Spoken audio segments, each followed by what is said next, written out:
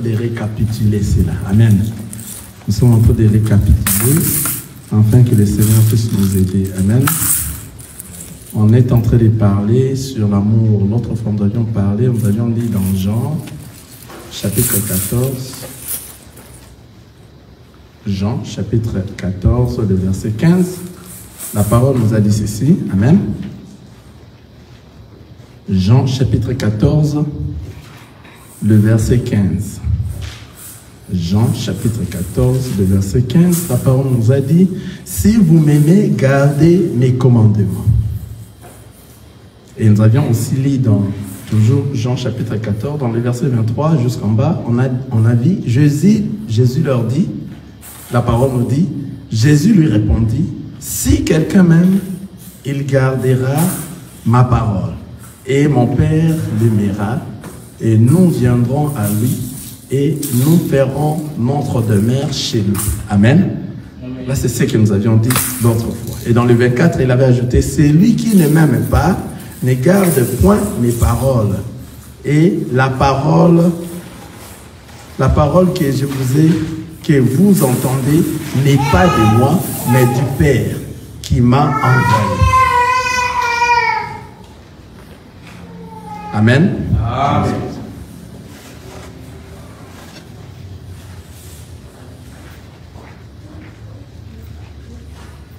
Voilà, c'est ce que nous avions dit la fois passée, et nous avions beaucoup parlé sur l'amour de Dieu. Amen.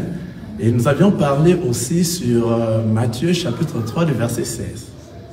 Hein? Donc là où on dit, Dieu a tant aimé le monde qu'il a envoyé son Fils unique, afin que quiconque croit en lui ne périsse point, mais qu'il ait la vie éternelle. Et nous avions martelé là-dessus pour dire que dans ces versets-là, le Seigneur nous montre comment est-ce qu'il a aimé le monde avant d'envoyer son Fils. Amen. Et nous avions martelé l'autre fois en disant que nombre de pasteurs aiment voler le fidèle par ces versets en disant que vous avez vu, Dieu a donné. Comme Dieu a donné, vous aussi vous devez faire quoi? Donner. Vous voyez, Dieu ne nous avait pas vu, Dieu nous a donné. Or, dans ces versets, le Seigneur a bien voulu nous faire voir que si il a envoyé son Fils unique, c'est par rapport à son amour. Amen. Et nous avions vu ici, celui qui aime Dieu doit garder ses commandements. Et nous avions vu dans Jean chapitre 1, le premier verset, en fait, le commandement que le Seigneur est en train de nous parler ici, c'est sa parole. Alléluia. Donc la personne qui va aimer Dieu doit garder sa parole. Amen. Et on s'est posé la question, comment garder la parole de Dieu? Et l'autre fois, nous avions dit, c'est de traverser dans la persécution. La persécution que nous avions dit la fois passée, c'est le baptême de feu dans le monde. C'est-à-dire une personne qui garde sa parole et la personne qui met sa parole en pratique. Maintenant, comme il est dans le monde, pour garder cette parole, ça sera difficile parce que lui, c'est un étranger et le monde ne nous appartient pas. Quelqu'un a vu ça? Nous sommes dans ce monde, mais nous ne sommes pas de ce monde. Comme nous sommes dans ce monde et nous ne sommes pas de ce monde, c'est-à-dire nous allons passer dans la persécution qui est le baptême de feu, c'est-à-dire le Seigneur Dieu lui-même est en train de nous donner la forme que nous devons avoir afin que lui puisse siéger dans nous et que nous puissions rentrer auprès de lui. Amen. Donc la personne qui a donné, c'est par rapport à son amour. Dieu a tant aimé le monde qu'il a envoyé son Fils unique afin que quiconque croit en lui ne périsse point, mais qu'il ait la vie éternelle. Quiconque qui va croire en lui. Et toute personne comme Dieu a envoyé son Fils à cause de son amour, c'est aussi à cause de son amour que toi tu iras vers le Seigneur. Quelqu'un est en train de voir ça? La fois passée, nous avions parlé d'aimer, l'amour. L'amour de Dieu envers nous. Et il faut que nous puissions l'aimer. Car maintenant la Bible nous dit, c'est lui qui aime Dieu et c'est lui qui garde ses commandements. Dans Jean 14, 23, d'ailleurs, ça nous a encore éclairci que le commandement que le Seigneur est en train de parler ici, c'est sa parole. Car il dit ici, Jésus lui répondit, si quelqu'un m'aime, il gardera ma parole. Quelqu'un a vu ça? Et mon Père l'aimera. Nous viendrons à lui et nous ferons notre demeure chez lui. C'est-à-dire, pour que Dieu vienne à toi et qu'il fasse sa demeure. Dans toi, tu dois l'aimer. Or, l'aimer, c'est garder sa parole. Quelqu'un voit ça? Toute personne qui ne garde pas sa parole, le Seigneur ne l'aime pas. Il ne viendra pas chez lui et sa maison ne sera pas la demeure de notre Seigneur Jésus. Quelqu'un voit ça? Parce qu'il a continué dans 24. Celui qui ne m'aime pas ne garde point mes paroles. Et la parole que vous entendez n'est pas de moi, mais du Père qui m'a envoyé.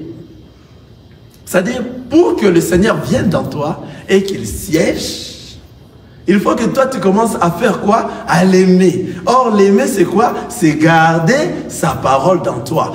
Comment garder sa parole dans toi? C'est en le mettant en pratique. Maintenant, toi, dans le monde que tu y es, comme étant un enfant de Dieu, tu dois traverser la persécution. Pourquoi? Parce que le monde ne te permettra pas à mettre en pratique la parole de Dieu. C'est ce que nous appelons le baptême de feu. Amen.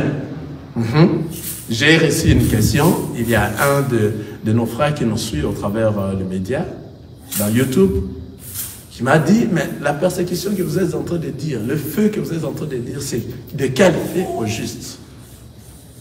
Le feu que nous sommes en train de dire ici, c'est le feu de la persécution dans le monde. Quelqu'un est en train de voir ça. Si vous êtes réellement un enfant de Dieu, donc c'est à vous maintenant que vous allez aimer le Seigneur. Et lorsque vous l'aimez, la parole nous dit, le Père l'aimera et nous allons faire de sa maison la demeure, on dit ça non? De notre Père. Dans toi, c'est le siège. C'est pour cela ton corps est le temple du Saint-Esprit, là où le Christ est assis. Vous voyez?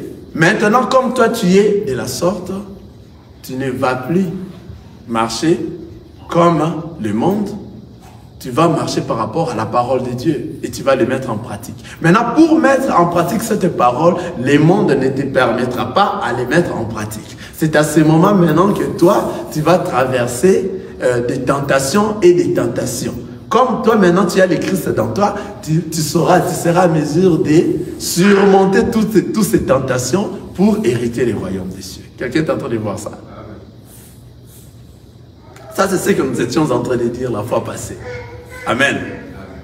Si nous sommes en train de continuer comme ça, parce que nous avions donné comme titre de ces messages des choses élémentaires, les choses que nous devons d'abord savoir, que pour hériter le royaume des cieux, il faut d'abord commencer par toi aussi à aimer Dieu. Comment aimer Dieu? Donc il faut commencer par devenir un véritable enfant de Dieu. Et nous avions dit dans Jean chapitre 1, le verset 12, à tous ceux qui l'ont reçu et croient en son nom, il leur a donné le pouvoir de devenir enfants de Dieu, lesquels sont nés ni de la chair, ni de la volonté des hommes, mais de Dieu. On peut les relire encore, car nous avions tout le temps. Suivez très bien. Parce qu'il y a des questions. Dans ces questions, nous allons répondre. Amen. Pour ne pas faire bouleverser les autres. La parole nous a dit ceci. Jean chapitre 1, le verset 12. Mais à tous ceux qui l'ont reçu, à ceux qui croient en son nom, elle a donné le pouvoir de devenir enfants de Dieu, lesquels sont nés non du sang, ni de la volonté de la chair, ni de la volonté de l'homme, mais de Dieu. C'est-à-dire, une fois que tu deviens enfant de Dieu, tu es maintenant né de nouveau. Cette naissance, ce n'est pas une personne qui t'a donné naissance. Quelqu'un voit ça? Ce n'est pas une personne physique comme ça. C'est la parole de Dieu. Or, nous savons le véritable nom de notre Seigneur Jésus-Christ, c'est la parole de Dieu. C'est cette parole qui fera de toi que toi tu naisses de nouveau. Amen. Et une fois que tu es devenu une nouvelle créature, c'est à ce moment que c'est toi maintenant, que Dieu maintenant siège dans toi. C'est-à-dire la forme que toi tu as reçue, c'est la forme que Dieu a parvenu à se contenir dans toi. Comme il habite dans toi, comme il vient de dire dans Jean 14, le verset 23, il fera de toi sa demeure, là où lui habite. Mais pour qu'il lui vienne dans toi, il faut que toi, tu prennes la forme qui pourra le contenir à l'intérieur. Et une fois que le Christ est dans toi, mon frère, ma soeur, tu ne vas plus faire marcher ta vie par rapport aux choses du monde. Tu feras marcher ta vie par rapport à l'homme qui est à l'intérieur de toi, qui dirige ta vie. Quelqu'un voit ça? C'est pour cela que j'ai réussi encore une question. D'ailleurs, c'était à la présence de mon frère Chai. Que l'autre fois, j'avais dit que l'homme, ce n'est que l'homme seul qui vit. Et j'ai eu une question qui me dit non. Une personne qui m'a dit non, l'homme ne vit pas seul, l'homme a besoin de la femme. La personne nous suivait comme ça, il n'a pas bien compris ce qu'on allait vraiment dire. Amen. Donc, c'est-à-dire, l'homme seul peut vivre sans la femme. Mais la femme ne peut pas vivre sans l'homme. Quelqu'un est en train de voir ça? Quelqu'un voit ça? Donc, toute femme, pour qu'elle vive, elle a besoin de l'homme. Mais l'homme seul peut vivre parce que l'homme, c'est lui-même Dieu. Au commencement, c'était lui. Alléluia. C'est lui maintenant qui vient dans toi. Lorsque toi, tu as donné la forme exacte, il va entrer dans toi et il commence à diriger ta vie. Si nous la prenons par rapport aux Écritures, à la soumission et à l'autorité, nous voyons maintenant que tout homme a l'homme en lui qui dirige sa vie. Maintenant, cet homme qui dirige sa vie, comme j'avais dit l'autre fois, n'a pas vraiment besoin de sa femme. Pourquoi sa femme va les faire tomber? Quelle est sa femme? C'est sa chair. Car c'est sa chair qui est la faiblesse, qui est la soumission. Quelqu'un voit ça? Qui doit se soumettre à l'homme qui est à l'intérieur, qui doit parler. Et tout ce que l'homme dit, c'est ce que la femme doit faire, exécuter. Amen. Et il y a quelque chose qui m'arrive dans l'esprit. Alléluia. Pour le marié. Alléluia. Il faut en dire. Parce que ceci aide beaucoup. La parole de Dieu aide beaucoup. Si la parole a dit oui dans cet endroit, le oui doit rester oui. Si la parole a dit non, le non doit rester non. C'est-à-dire, qu'est-ce que je vais dire par là? La femme et l'homme, c'est lui qui dirige la femme. Et c'est comme ça. C'est l'homme qui a l'autorité sur la femme. Et c'est qui l'homme que nous sommes en train de dire ici? C'est le Seigneur Jésus-Christ. C'est qui la femme que nous sommes en train de dire ici? C'est l'Église. Quelqu'un voit ça? C'est-à-dire, toi, lorsque tu es devenu un véritable enfant de Dieu, tu es devenu l'épouse de Christ pour que tu hérites le royaume des cieux. Namakamo, Jézate. Pour hériter le royaume des cieux, il faut que toi tu sois soumise à la parole qui est le Seigneur Jésus-Christ. Quelqu'un est en train de voir ça? Une fois que toi tu n'es pas soumise à la parole de Dieu, tu ne vas pas hériter le royaume des cieux. Tu ne vas pas hériter le royaume des cieux. Tu ne vas pas hériter le royaume des cieux parce que Dieu a déjà donné ses principes. La femme doit être soumise. En réalité, la femme, c'est l'Église, n'est-ce pas? Et en réalité, la femme qu'on est en train de dire ici, c'est le Seigneur Jésus-Christ. Que toute femme qui n'est pas soumise à Jésus-Christ, qui est la parole de Dieu, ne les verra pas. Ne les verra pas. C'est pour cela, dans la doctrine comme ça aussi, toute femme telle que vous êtes là, qui n'est pas soumise à son mari, est en train de pécher. Il ne verra pas le ciel. C'est-à-dire, la Bible nous dit ceci. Amen. Éphésiens, chapitre... Éphésiens, allons dans les livres d'Éphésiens.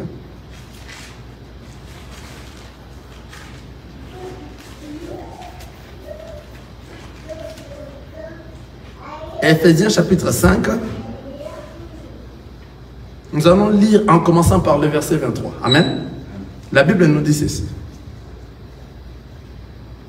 Je peux commencer au verset 22. Femmes, soyez soumises à vos maris comme au Seigneur. Car le mari est le chef de la femme, comme Christ est le chef de l'Église, qui est son corps, et dont il est le sauveur. Or, de même que l'Église est soumise à Christ, les femmes aussi doivent l'être à leur mari en toutes choses. Quelqu'un m'a écouté la parole? En toutes choses. Amen. Mari, maintenant, aimez vos femmes comme Christ a aimé l'Église et s'est livré lui-même pour elle. Amen. C'est-à-dire, lorsqu'on parle du mariage, on parle de ces deux choses. Quelqu'un est en train de voir ça? Donc, lorsqu'on parle du mariage, on parle de ces deux choses. Car ces deux choses représentent le Christ qui est le Seigneur Jésus-Christ et son Église. Quelqu'un voit ça? C'est-à-dire une personne qui réellement a le Christ en lui, qui est devenu une nouvelle créature, une personne qui a reçu le Christ, qui dit qu'il aime le Christ, c'est-à-dire le Christ vit dans lui. Il doit marcher par rapport à cette parole. Il doit mettre en pratique la parole de Dieu pour hériter le royaume des cieux. Ça trouble le nombre de foyers de femmes mariées. Ça, cette écriture. C'est-à-dire, tu peux te dire que tu es une femme et que tu es un enfant de Dieu, tu marches à la crainte de la parole de Dieu, mais si tu n'as pas la soumission à ton mari, tu es en train de pécher.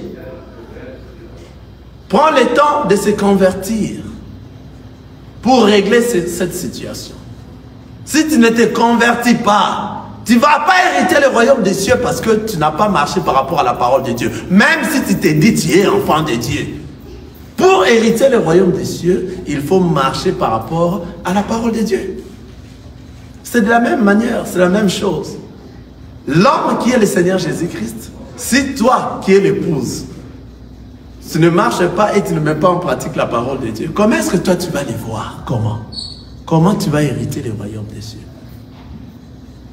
Quelqu'un voit ça? Comment? Parce que tout enfant de Dieu est celui qui respecte la parole de Dieu.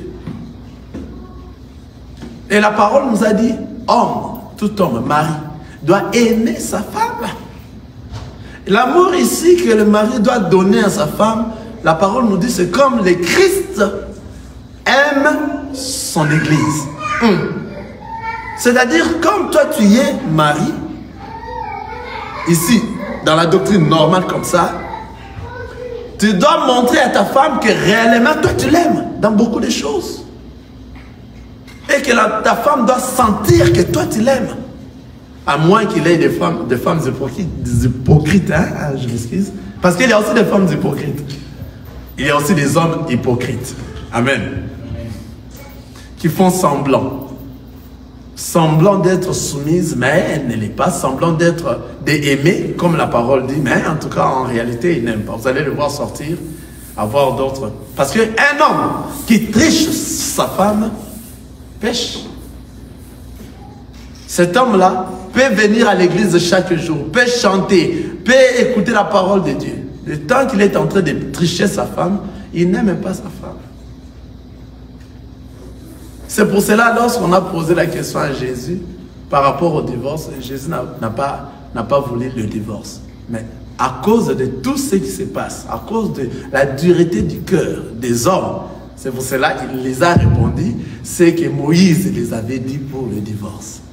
En réalité, un enfant de Dieu qui épouse une sœur, donc c'est-à-dire qui épouse sa sœur, parce que nous on se marie dans la même famille. Quelqu'un est avec moi? Quelqu'un comprend ça? Si tu ne te maries pas dans ta famille, tu vas souffrir parce que tu t'es marié avec un étranger. Quelqu'un voit ça? Donc lorsque tu te maries dans ta famille, réellement dans cette mariage, la famille, c'est-à-dire dans le même ensemble, là où vous recevez la même sémence. Quelqu'un voit ça? Cette sémence-là, c'est ce qui fera de toi un véritable enfant de Dieu, toi et ton mari. Et là où il y a les deux enfants de Dieu qui ont réellement reçu Christ en eux, le Seigneur ne voit pas le divorce parce que c'est comment? Parce que ce qu'on est en train de parler ici, on ne parle pas réellement de nous, on parle de l'Église avec le Christ, avec le Seigneur Jésus-Christ. Quelqu'un voit ça? Donc l'église ne peut pas divorcer avec l'église. C'est comment? Une fois que nous irons en enlèvement, c'est pour la vie éternelle. Il n'y aura plus de divorce. C'est pour ça, dans cette question-là, lorsqu'on avait posé à... Voilà, on peut lire ça. Matthieu, chapitre 19. Amen. Nous sommes en train de faire des récapitulations comme ça pour faire asseoir au moins des histoires un peu perdues que les gens ignorent des fois aussi. C'est bien pour l'église, toute l'église. Matthieu chapitre 19, on peut lire en commençant par le premier verset jusqu'à 11. Je lis rapidement. Non, je peux commencer au deuxième verset. Bon, on vient au premier verset. Lorsque Jésus achevait ses discours, il quitta la Galilée et alla dans les territoires de la Judée, au-delà du Jourdain. Une grande foule le suivit et là, il guérit les malades. Le pharisien l'abordèrent et dirent, pour l'éprouver, est-il permis à un homme de répudier sa femme pour un motif quelconque? Il répondit, n'avez-vous pas lu que le Créateur, au commencement, fit l'homme et la femme, et qu'il dit, c'est pourquoi l'homme quittera son père et sa mère et s'attachera à sa femme, et les deux deviendront une seule chair. Ainsi, ils ne sont plus deux, mais ils sont une seule chair. Que l'homme donc ne sépare pas ce que Dieu a joint. Pourquoi donc, lui dire-t-il, Moïse a-t-il prescrit de donner à la femme une lettre de divorce et de la répudier? Il leur répondit, c'est à cause de la dureté de votre cœur que Moïse vous a permis de répudier vos femmes. Au commencement, il n'en était pas ainsi. Mais je vous dis que celui qui répudie sa femme, sauf pour infidélité, et qui en épouse une autre, commet un adultère. Ses disciples lui dirent, si telle est la condition de l'homme à l'égard de la femme, il n'est pas avantageux de se marier. Il leur répondit, tous ne comprennent pas cette parole, mais seulement ceux à qui cela est donné. Je me tiens ici, je reste là. Tout ce que le Seigneur a répondu ici à la fin, il a donné un briefing. Il a dit, tous ne comprennent pas cette parole, mais seulement ceux à qui cela est donné. Pourquoi il a dit ça? Parce qu'en réalité, il ne parlait pas du mariage physique. Quelqu'un est en train de voir ça? En réalité, il était en train de parler de lui-même, son mariage avec l'Église. Quelqu'un est en train de voir que dans le mariage entre un enfant de Dieu avec un autre enfant de Dieu, qu'ils ont reçu réellement le Christ, ce mariage, il n'y a pas de divorce. Hein? Amen? Donc si nous sommes en train de parler de mariage, vous comprenez qu'on est en train de parler de la personne qui aime Dieu. Quelqu'un a dit ça? La personne qui aime Dieu, nous sommes en train de parler de l'amour. C'est ce qui nous a introduit maintenant aujourd'hui dans le mariage. Donc ici, il a dit réellement, il a dit toutes ces choses ici que je viens de dire. Il dit quoi? Tous ne comprennent pas cette parole, mais seulement ceux à qui cela est donné. Dans d'autres Bibles, on dit est adressé. Ceux à qui cela est donné, c'est-à-dire, ce sont des choses cachées qu'il est en train de dire par rapport à ce qui se passe dans le monde. Et lui, il est en train de dire par rapport à lui-même. Il parle des choses par rapport à lui-même. C'est-à-dire, il dit au commencement. Il nous fait retourner au commencement. Il n'était pas ainsi. Dans les jardins.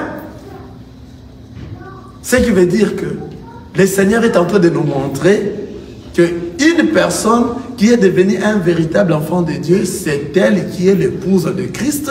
Et lorsqu'une fois qu'il part, qu'il est enlevé vers le ciel, il se rencontre avec l'époux, il n'y aura plus de divorce. Vous voyez? Vous voyez, c'est pour cela, 1 Corinthiens chapitre 7 nous fait détailler les sortes de mariages. Les 3 sortes de mariages. Vous voyez, le mariage entre chrétiens, le mariage entre chrétiens païens, le mariage entre les païens entre eux. Vous voyez? Dans ces mariages où on retrouve les divorces, ce sont ceux-là qui ne sont pas nourris de la même sémence. Ce sont ceux-là qui se sont mariés avec les gens qui ne sont pas de la famille. Or, si tu te maries avec une personne de la famille, il n'y aura pas de divorce parce que vous avez la même sémence. Alors, dans votre mariage, vous craignez la parole de Dieu. Quelqu'un voit ça? Physiquement comme ça, chacun ne craint pas l'autre. C'est-à-dire, moi, je ne te crains pas et toi aussi, tu ne me crains pas. Mais nous deux, comme nous sommes des enfants de Dieu, nous avons la sémence et nous craignons le Seigneur Jésus-Christ qui est la parole de Dieu. Et nous allons mettre en pratique la parole de Dieu. Nous allons marcher par rapport à la parole de Dieu. Vous voyez? Parce que la parole de Dieu ne ment pas. Lorsque la parole de Dieu est en train de dire à la femme d'être soumise en tout et pour tout, ce n'est pas de la blague à l'homme. C'est-à-dire, toute femme, avant d'agir dans le mariage, il faut l'autorisation de son mari. La femme ne peut pas agir seule si elle est mariée, à moins qu'elle est seule. Quelqu'un voit ça? À moins qu'elle soit seule, une femme seule, où elle s'est mariée, que son mari est décédé, elle est restée une femme seule. Elle peut agir comme elle veut, elle peut prendre des décisions comme elle veut. Mais si elle est mariée, la décision qu'elle doit prendre ne peut jamais venir de ses parents. Non! Qu'est-ce que ses parents sont venus faire là? Ne peut jamais venir de ses frères. Non! Tout ce qu'elle doit faire, là nous sommes en train de dire des enfants de Dieu. Nous ne sommes pas en train de dire de toute femme du monde. Nous sommes en train de parler des enfants de Dieu qui ont aimé. On reste là. Ceux qui ont aimé, car la parole nous dit, si vous m'aimez, vous devez garder quoi? Ma parole. Vous comprenez cela? Voilà.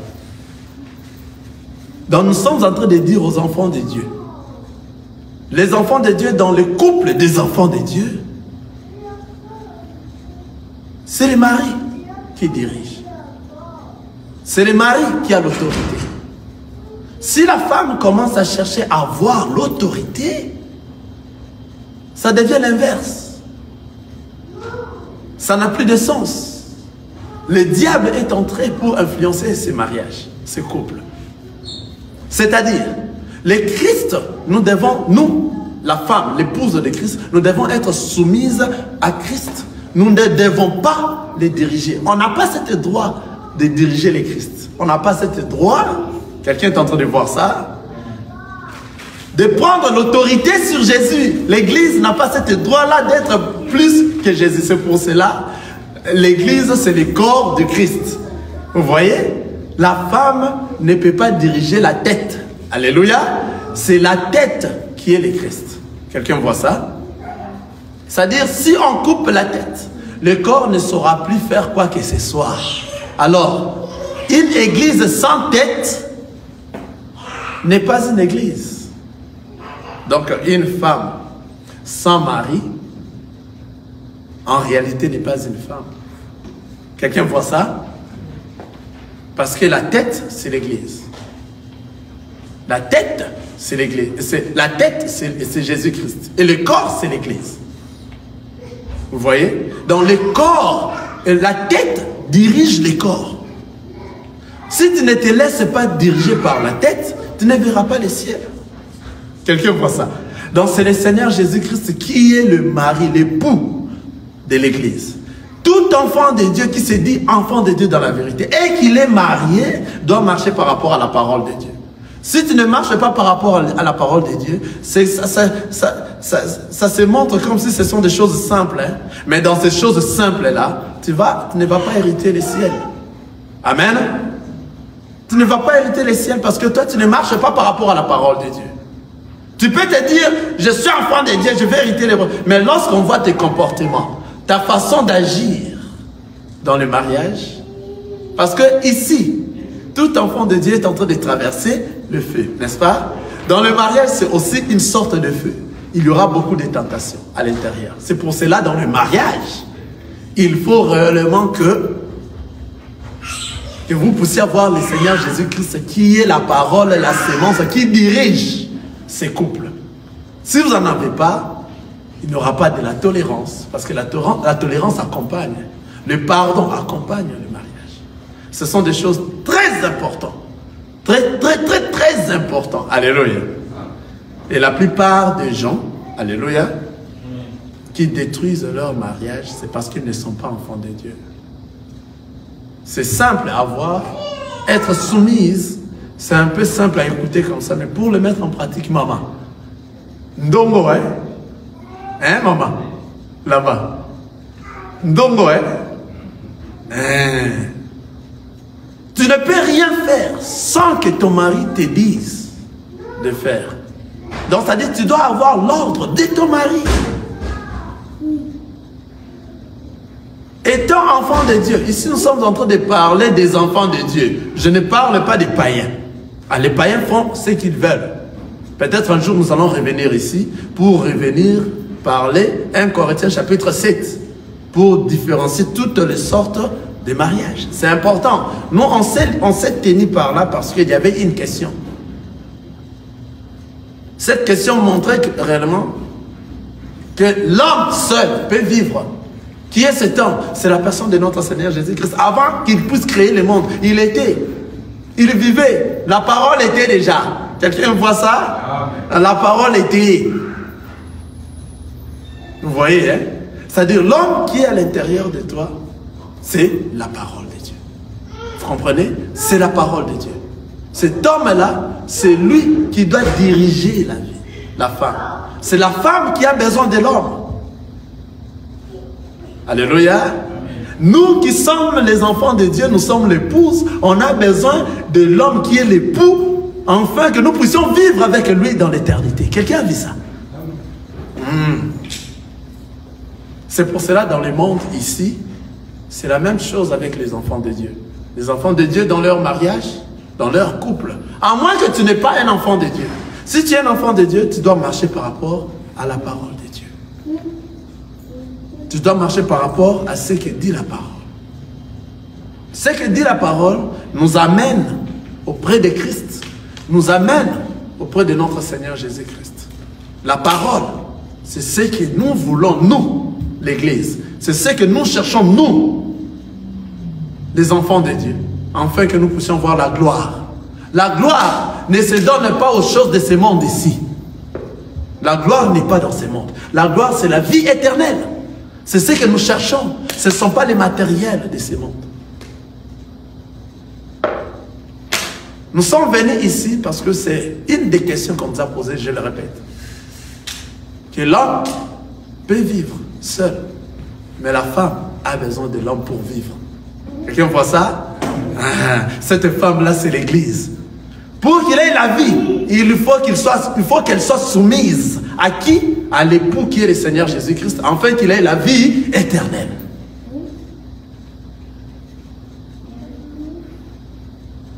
De même, ce que nous venons de parler, amen. De même, ce que nous venons de parler pour le mariage. Tout homme doit aimer son mari. Tout mari doit aimer sa femme comme le Christ aime son Église. C'est-à-dire, lorsque toi tu aimes ta femme dans le physique comme ça, ici je parle de femmes mariées. Amen. Amen. Je parle de couples mariés. Tu ne vas pas les faire souffrir. Tu vas éviter cela. Tu vas l'aimer. Tu vas les chérir comme le Christ aime son Église. Tu vas l'aimer réellement dans tout ton cœur. Tu vas manifester cet amour envers elle. Tu ne vas pas la tromper. Tu ne vas pas... Une fois que toi tu fais mal, elle sent mal, c'est-à-dire c'est toi qui sens mal. Regardez, c'est à cause de l'amour. On reprend Jean chapitre 3, verset 16. C'est à cause de l'amour que le Seigneur a envoyé son Fils unique afin que nous soyons sauvés.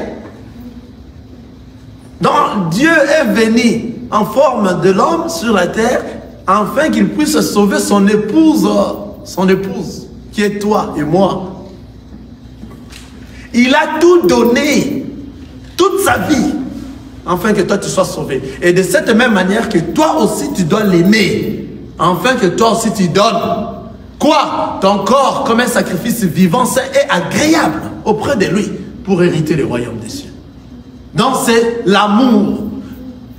Dieu a tant aimé le monde qu'il a envoyé son Fils, afin que quiconque croit en lui ne périsse point, mais qu'il ait la vie éternelle.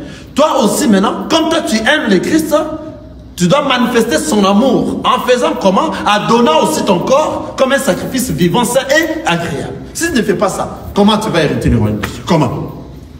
Non. C'est-à-dire que tu dois passer dans le baptême de feu, dans le monde, la persécution. Tu dois accepter ça.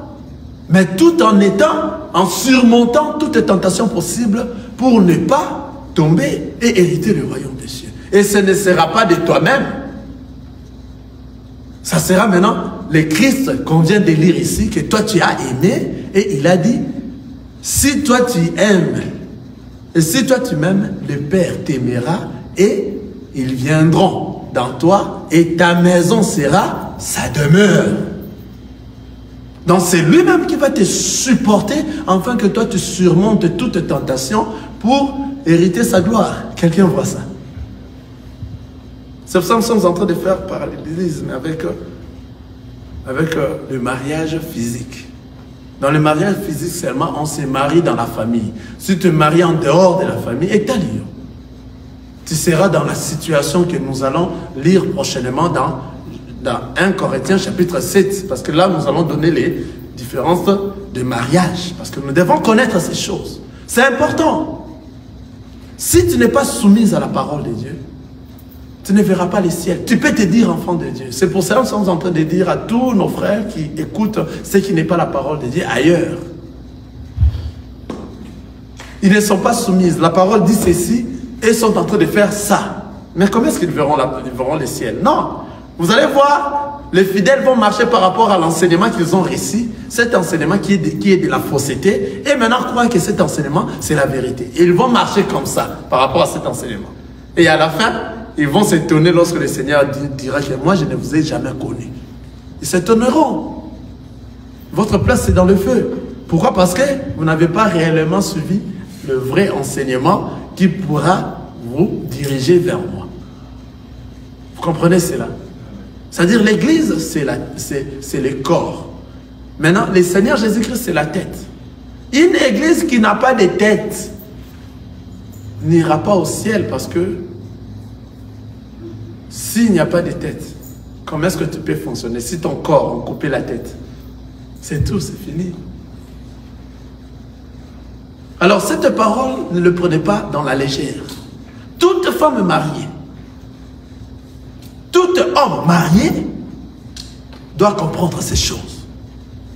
Et surtout si tu te dis réellement que tu es un enfant de Dieu. Et tu sens dans toi réellement que tu es un enfant de Dieu. Tu dois marcher par rapport à la parole de Dieu. Parce qu'on n'est pas en train, on ne parle pas de toi ici. On parle de l'église et de l'époux qui est le Christ, le Seigneur Jésus-Christ. C'est cet exemple-là que l'église, que la parole est en train de nous donner. Là où il n'y a pas de divorce. Là où il n'y a pas de divorce. Les cas de divorce, nous allons citer ça dans 1 Corinthiens chapitre 7 le dimanche prochain. Quelqu'un voit ça? Dans ces cas ici, il n'y a pas de divorce. Ce sont les enfants de Dieu. Le divorce n'existe pas. Pourquoi? Parce que le tout, deux marchent par rapport à l'enseignement, par rapport à la parole de Dieu. Ils ne se craignent pas l'un à l'autre, mais ils se respectent et ils craignent le Seigneur et ils respectent la parole de Dieu. C'est ce qui leur fait marcher ensemble. C'est-à-dire, dans le couple des enfants de Dieu, il peut y avoir des séparations. Ah oui, pendant un moment... Et ces séparations, la personne qui va se séparer de l'autre, lorsqu'il se sépare, la parole de Dieu nous dit qu'ils ne peuvent pas se remarier pendant ces temps de séparation si vous êtes des enfants de Dieu. Et vous êtes mariés, oui, il y a quelques disputes qui arrivent, ça arrive aussi, et que ça fait que vous puissiez vous séparer.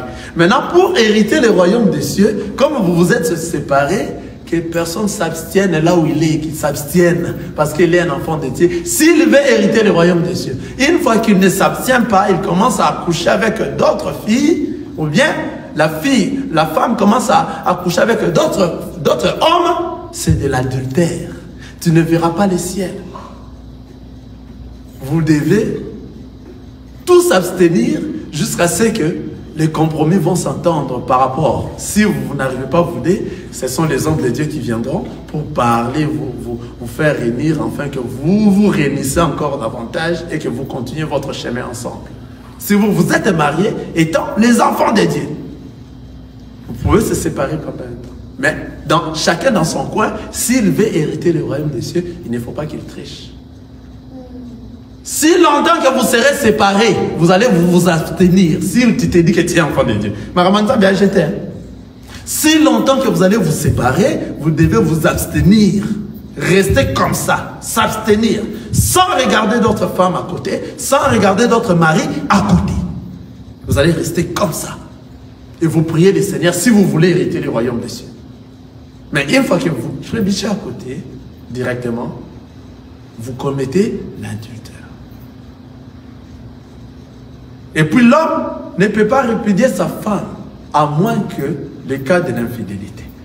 L'infidélité qu'il a parlé ici, c'est lorsque toi tu te dis que tu es un véritable enfant de Dieu, mais en réalité tu ne l'es pas, tu marches par rapport à la vie du monde et tu fais semblant d'être un enfant de Dieu, mais c'est le monde qui te conduit. À ce moment, par rapport à Christ, tu n'es pas fidèle. Est-ce que tu verras le ciel? Non. Non. Quelqu'un voit ça? C'est de même aussi. Jésus a dit ici, c'est par rapport aux duretés de vos cœurs. C'est pour cela Moïse vous a dit d'adresser une lettre de divorce. En réalité, au commencement, dans le jardin, il n'était pas ainsi. Vous comprenez? Et à la fin, il vient de dire à la fin, dans le verset 11, Matthieu chapitre 19 à la fin, il dit, il leur répondit, tous ne comprennent pas cette parole, mais seulement ceux à qui cela a été donné. Parce qu'il parlait que de lui-même, du vrai mariage. Comme le vrai mariage, il nous a donné l'exemple que dans le vrai mariage, les enfants de Dieu ne peuvent pas se divorcer, c'est-à-dire l'Église avec le Christ, il n'y a pas de divorce. C'est de même aussi dans le mariage des enfants de Dieu qui sont nourris de la bonne sémence de notre Seigneur Jésus-Christ. Ceux qui ont aimé le Christ, ceux qui ont aimé le Seigneur Jésus-Christ, ils les ont portés dans leur cœur. Et c'est le Christ qui est en train de leur diriger.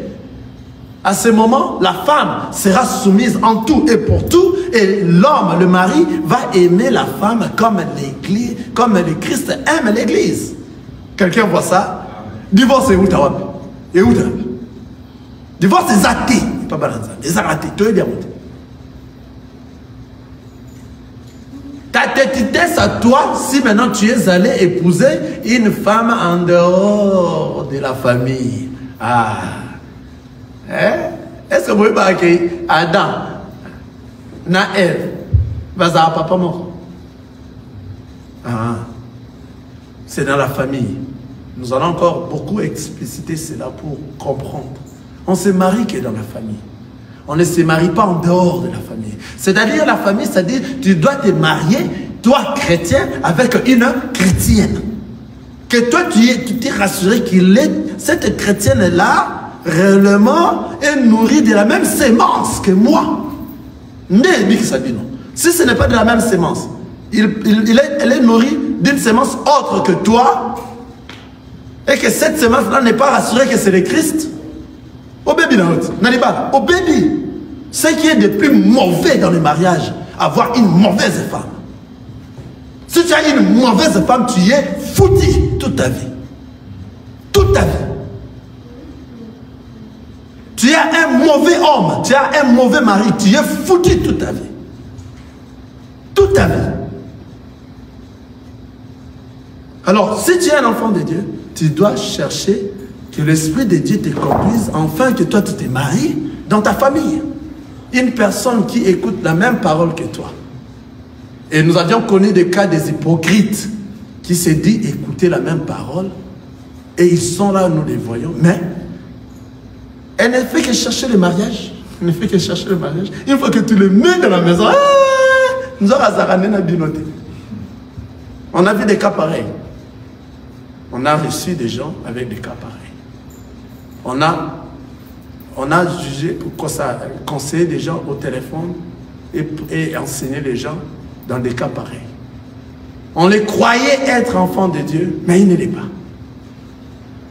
On les croyait être dans le Seigneur, mais ils ne l'est pas.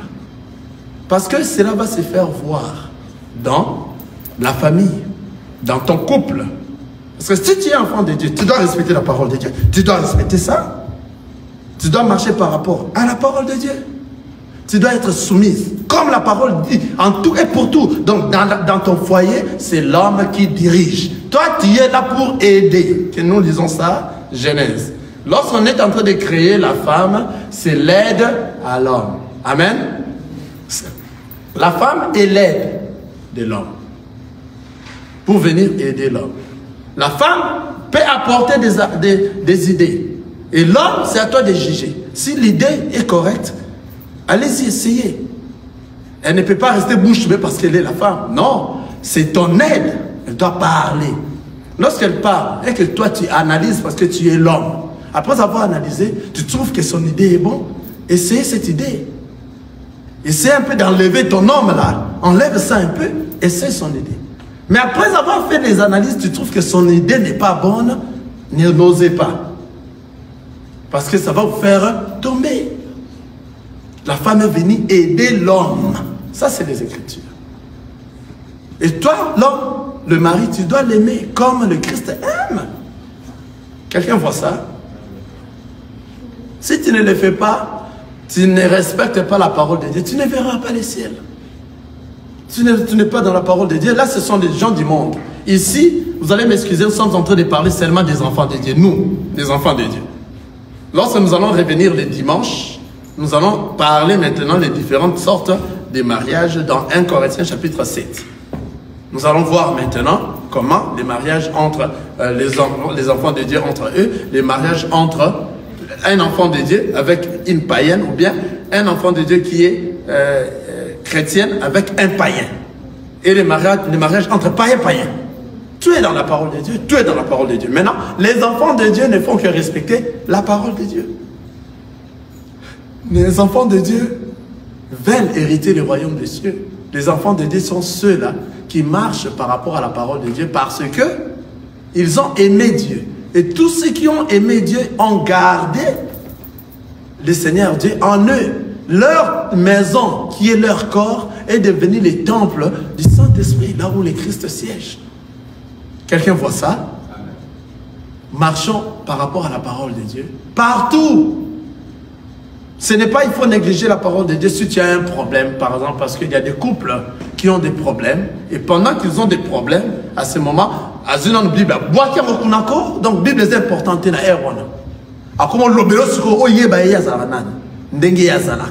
Toi, tu n'as pas encore su. Amen. Il y a des couples pareils. Toi, tu ne l'as jamais vu. Tu ne l'as jamais su. Toi, tu croyais avoir une femme. Tu croyais avoir un mari. Tu ne l'as jamais vu. Maintenant, tu vas voir sa façon d'agir. Mais le secret dans le mariage, c'est la femme. Une fois que toi, tu es soumise, le secret du royaume des cieux, c'est la femme. Quelqu'un voit ça? C'est l'église. C'est l'église. Le secret du mariage. Pour que le mariage tienne. Hein? Amen. Pour que le mariage tienne, c'est l'église. C'est l'église qui va commencer à être quoi? Soumise. En tout et pour tout à la parole de Dieu, pour que toi tu sois hérité et pour que toi tu sois enlevé vers l'époux. Pour que tu pars vers l'époux. Ça doit commencer par la femme. La femme. De la même chose aussi dans nos maisons. Le secret du réussite du mariage, c'est la femme. La femme qui est soumise en tout et pour tout, son mari c'est un homme heureux. Alors, consultez, c'est la parole de Dieu. La parole ne ment pas. Essayez de faire ça dans vos foyers, vous allez voir ça. Un homme qui dit la chose, la femme obéit à la même manière, à la même chose. La femme est en train de suivre. Mais tu auras des cadeaux, tu auras beaucoup de choses. Tu auras beaucoup de choses. Et surtout si c'est un homme que Dieu a béni avec l'argent ici dans ce monde. Ah, mais tu seras gâté. Et cet homme-là ne sortira pas dehors. Cet homme-là reviendra toujours à la maison. Et puis cet homme-là ne fera que parler de sa femme partout. Partout il est. Que ma femme est différente. Il faut, lorsque le travail finit, non, je dois rentrer rapidement à la maison, je vais voir ma femme. Parce que il est calme. Il est posé avec sa femme. Parce que sa femme l'obéisse. Sa femme le respecte. Sa femme est soumise en tout et pour tout. Cet homme-là ne peut pas mentir sa femme. Comment? Mais si la femme n'est pas soumise, parce que je vous ai dit, le secret du mariage, ça commence par la femme. Hein.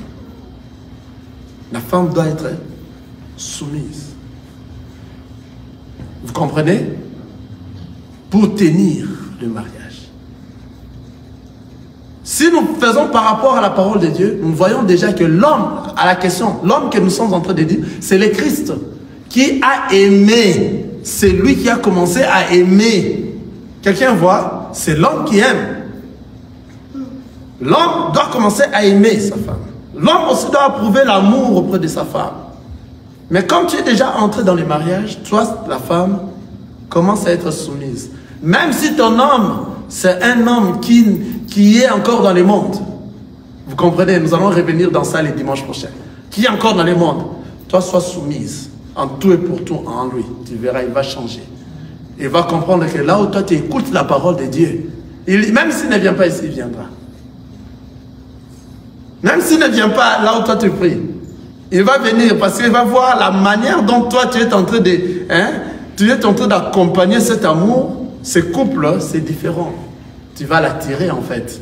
Pourquoi? Parce que dans toi, il voit les Écritures. Qui sait, peut-être c'est par toi que le Seigneur a choisi pour que ton homme change, qu'il devienne comme toi. Vous comprenez?